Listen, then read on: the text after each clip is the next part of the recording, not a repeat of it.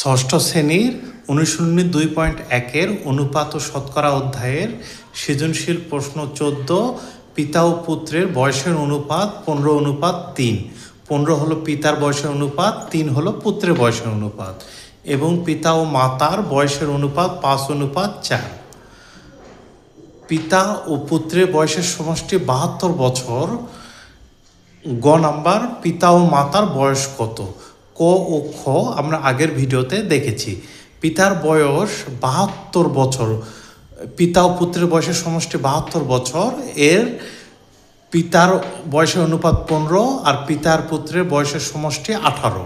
তাহলে 18কে 18 দিয়ে ভাগ করলে 1 হয়, আর 72কে 18 দিয়ে ভাগ করলে 4 হয়। তাহলে 15 আর 4 গুণ করলে 60 বছর হয় পিতার বয়স।